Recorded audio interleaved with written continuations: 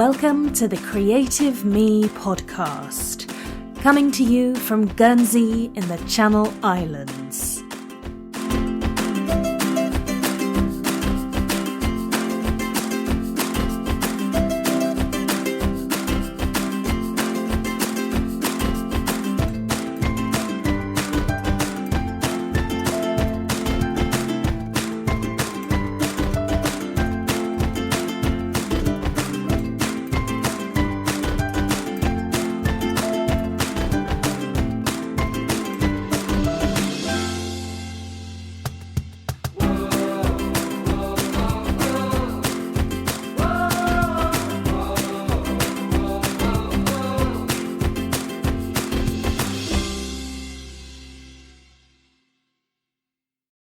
Hello and welcome to episode 19 of the Creative Me podcast.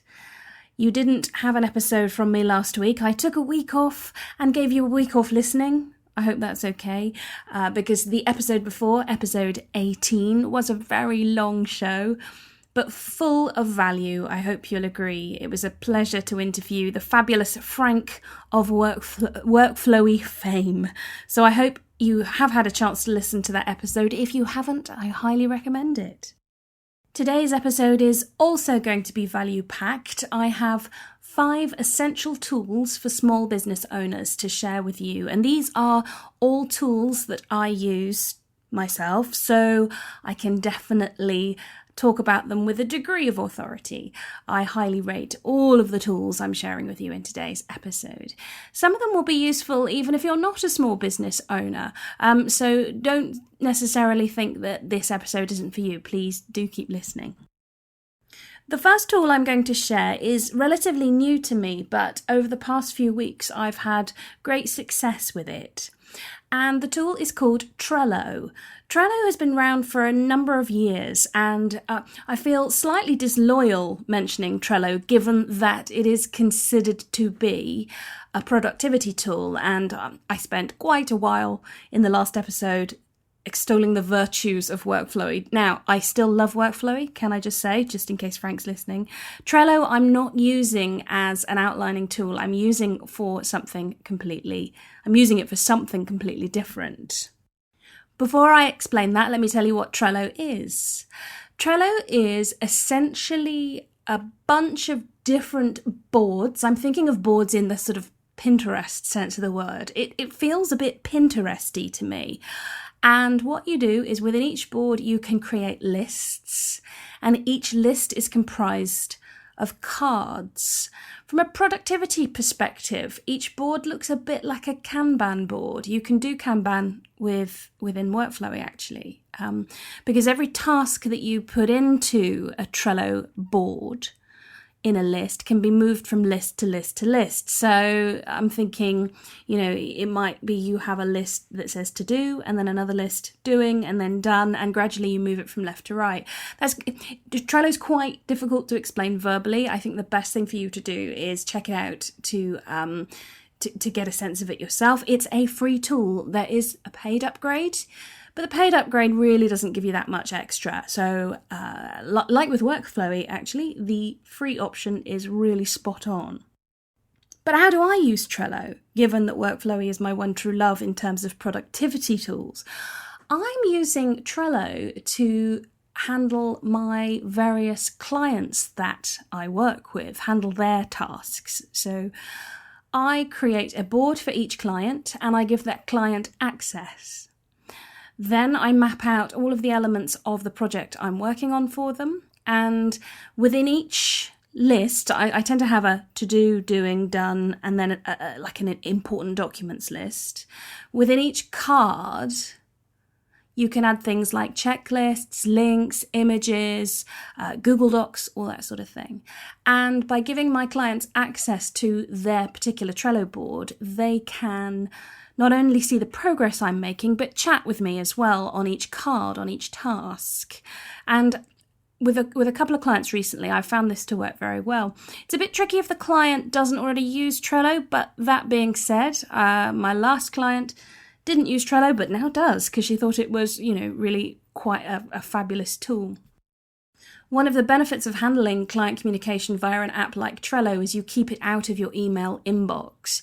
You can, of course, set up notifications. There are apps for your devices for Trello as well. So a really interesting tool to use as a client portal. I can see it would also be useful to use as a content calendar.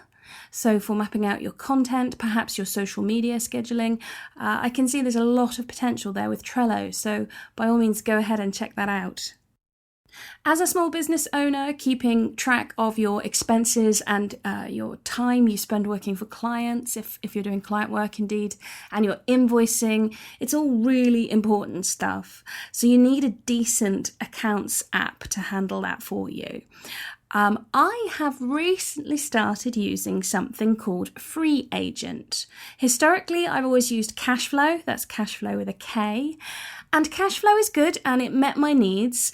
They have put their prices up recently, so it gave me the opportunity to shop around for something else should I find something better. And actually, I think I might have in FreeAgent.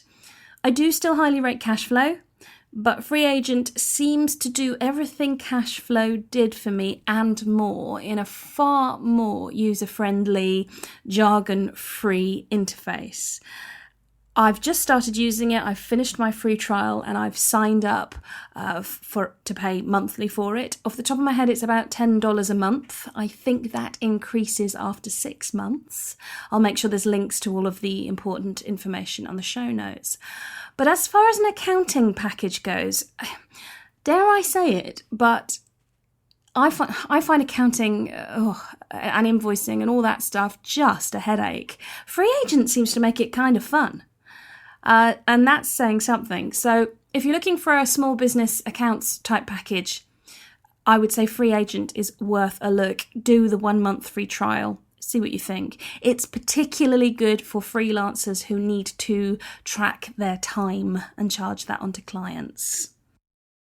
My next must-have tool for small business owners and freelancers would be Google Apps for Business. I'm a massive fan of using Google Docs in particular and Google Drive to share and collaborate on documents with both business partners and clients.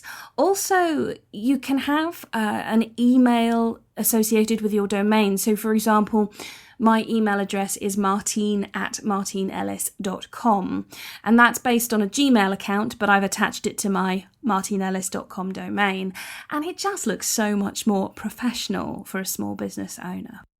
On the subject of emails, my next essential tool, number 4, for small business owners is the app Inbox by Gmail. I'll link to it in the show notes. It is a Google product, links directly to Gmail and turns your inbox into just a brilliant place. So it's so much easier to manage when you use Inbox by Gmail. The best feature of this app for me is the ability to snooze, or rather sort of delay the receipt of emails. And this means that Inbox 0 is a lot more easy to achieve. And that's Inbox 0 for me is Nirvana. So big fan of Inbox by Gmail. My 5th and final essential tool for small business owners is the email service provider ConvertKit. There are lots of different options for email marketing. MailChimp was where I started, and it is a really good starting point. There's no denying that. But ConvertKit really is the next step up. Now, you start for free with MailChimp, and then once you reach a certain point, you have to start paying. One of the real downsides of MailChimp is that you've got no way to tag subscribers relating to their interests. You have to segment them. And once they're segmented, it's my understanding that you get charged for them all over again, and that just doesn't make sense. ConvertKit is intuitive and has some amazing automations that just make life an awful lot easier. ConvertKit is a paid service, but I very much see it as an investment in my business. I'll link to the fees and that sort of thing in the show notes for your information. So that's it from me for today. Those are your 5 essential tools for small business owners. I hope you found that interesting. I'd love to hear what your 5 essential tools are. Are you using different apps to me? Please let me know. I would love to explore other options. Until next time, thanks for tuning in. I hope you'll tune in next week.